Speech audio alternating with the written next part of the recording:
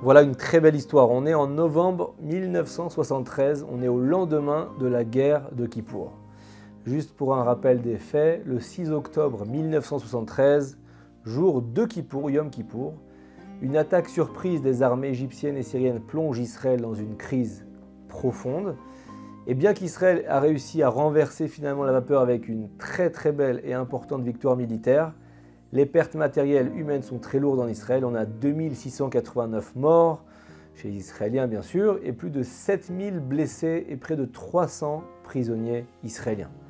Il y a une autre conséquence directe de cette guerre, c'est de laisser environ 900 jeunes femmes, dont la plupart s'étaient mariées récemment, dans une situation qui est dramatique puisque leur mari qui est parti au combat ne sont jamais revenus et leur destin pas toujours connu. On ne sait pas ce qu'il en a été d'eux. Bien souvent, ils ont été tués au front, mais parfois, ils sont disparus. Ils ont été capturés. Et les corps retrouvés ne répondent pas forcément aux attentes des jeunes femmes parce que souvent, leur identification, elle est impossible. Vous imaginez pourquoi. Donc on ne peut pas imaginer combien la douleur, l'incertitude pour les familles très difficile à vivre. Et donc selon la loi juive, ces femmes deviennent ce qu'on appelle des agunot. Ça veut dire des femmes, traduction, enchaînées. Ça veut dire que la halakha indique, la loi juive, qu'une femme mariée ne peut se remarier qu'après avoir reçu la confirmation certaine du décès de son mari. Sinon, ça veut dire qu'elle se remarie en étant mariée, ce qui est très grave. Imaginez cette femme se remarie et son premier mari revient vivant. C'est une situation interdite. Et puis aussi les enfants qui vont naître de cette union, si le premier mari était toujours vivant, ça serait des mamzerim. C'est un statut qui limite lourdement ses possibilités de mariage à ses enfants dans la communauté juive.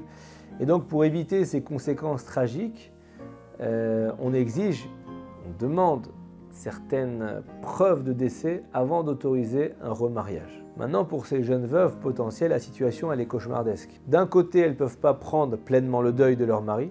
De l'autre, elles ne peuvent même pas refaire leur vie. Et donc, pour répondre à cette question existentielle, on s'adresse au plus grand rabbin de la génération qui étudie en profondeur les cas. Ils examinent chaque possibilité qui est offerte par la loi juive et donc ils passent au crible ce qu'on appelle les responsables, les questions-réponses des générations précédentes, des rabbins des générations précédentes. Ils regardent toutes les sources et ils essayent de trouver une possibilité de leur autoriser quelque chose. Quelques mois plus tard, les rabbins reconnaissent leur incapacité à trancher un sujet aussi délicat. Ils décident donc d'envoyer le dossier directement entre les mains du Rav Ovadia Yosef, qui venait juste d'être nommé Rishon LeZion, grand rabbin séfarade d'Israël. Pendant 3 semaines, le maître s'enferme dans son bureau. Il est entouré de livres. Il étudie sans relâche pour ce dossier. 2 jours, 2 nuits, pratiquement sans s'arrêter. C'est les témoignages de sa famille. Il dort presque pas, il oublie de manger. Tellement il est absorbé par sa quête, sa recherche. Il veut trouver une solution pour ces centaines de femmes dans l'impasse. Et en dehors d'étudier, le Rav Ovadia prie beaucoup. Il implore Hachem de l'éclairer. Et un matin, il a une idée. Il dit si les corps sont méconnaissables, peut-être que la plaque d'identification du soldat permet de l'identifier. Après une enquête sur le sujet, mais il se trouve qu'avant de partir au front, les soldats ont souvent l'habitude d'échanger leur plaque d'identification en signe de camaraderie, de fraternité entre eux, etc. Donc concrètement, un corps retrouvé avec une plaque pouvait ne pas correspondre à l'identité réelle du soldat défunt. Dans la recherche du Rav Ovadia Yosef, cet exemple se produit souvent. Chaque piste qu'il explore s'effondre. Il explore une piste, ça s'effondre. Il demande comment ça marche dans l'armée, comme ça s'effondre aussi dans la halakha. Et donc ça le met dans le doute, dans l'impuissance. Il s'acharne, il se dévoue, mais il ne trouve pas. Et il y a une nuit, Rav Ovadia Yosef, il s'effondre en larmes parce qu'il est impuissant et il voit toutes ces mères, ces agunotes, ces femmes qui ne peuvent pas se remarier, qui sont déchirées. Il s'adresse à Dieu et il dit « Maître du monde, comment ces femmes peuvent supporter une telle souffrance? Est-ce qu'elles vont devoir passer leur vie sans jamais se remarier? Elles sont toutes jeunes. La douleur de la perte d'un jeune mari ne suffit pas. Je t'en supplie, guide-moi. Donne-moi la sagesse pour leur venir en aide. » Il est épuisé. Ça fait des semaines et des semaines qu'il mange à peine, qu'il prie tout le temps, qu'il ne s'endort pas, qu'il pleure. Et là, dans son sommeil, le Rav Ovadia, il rêve. Et dans son rêve, lui apparaît un visage rayonnant. C'est le Rav Yosef Kolon, celui qu'on appelle dans le monde juif le Maharik. C'est un grand rabbin du XVe siècle, très érudit, vous imaginez, et son influence, elle est jusqu'à aujourd'hui dans la loi juive telle qu'on la pratique. Et dans son rêve, le Maharik parle avec douceur. Il dit au Rav Ovadia Yosef, « Pourquoi pleures-tu, Rav Ovadia? Nous sommes fiers de toi dans le ciel.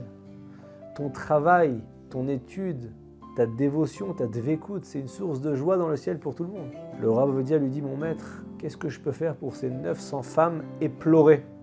Je trouve aucune solution. » Le Rav Kolon lui sourit et il dit « Mais pourquoi tu ne consultes pas mon livre? J'ai écrit sur ce sujet dans la section qui traite des échanges de vêtements entre soldats. » Et le Rav Kolon lui donne dans le rêve une référence à consulter, la question numéro 88, vous pouvez vérifier, de son ouvrage. Et là, en pleine nuit, affalé sur son bureau d'études, le Rav Ovadia se réveille en sursaut. Il se lave les mains, il se précipite vers sa bibliothèque, et là, il trouve le livre indiqué. Il tombe sur le passage en question, la question numéro 88.